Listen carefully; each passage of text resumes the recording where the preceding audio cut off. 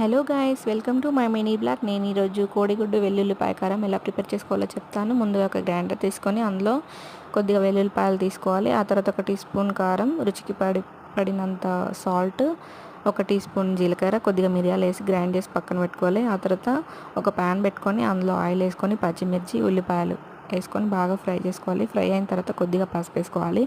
ఆ తర్వాత వీడియోలో చూపిస్తున్న విధంగా ఇలా సైడ్కి అన్న తర్వాత 3 ఎగ్స్ తీసుకున్నాను. 3 ఎగ్స్ తీసుకొని వేసుకోవాలి. బాగా ఫ్రై అయిన తర్వాత ఇలా టర్న్ చేసుకోవాలి, మెల్లగా చేసుకోవాలి. ఆ తర్వాత ఇలా అవుతుంది. ముందుగా మనం గ్రైండ్ చేసుకున్న పేస్ట్ ఉంది కదా, ఆ పేస్ట్ వేసుకొని 2 మినిట్స్ ఇలా బాగా ఆయిల్లో ఫ్రై అయ్యేంత వరకు, బాగా మిక్స్ అయ్యేంత వరకు బాగా కలపాలి. ఆ తర్వాత కొద్దిగా కొత్తిమీర వేసుకొని సర్వింగ్ బౌల్లోకి తీసుకొని సర్వ్ చేసుకుంటే ఎంతో టేస్టీగా ఉంటుందండి.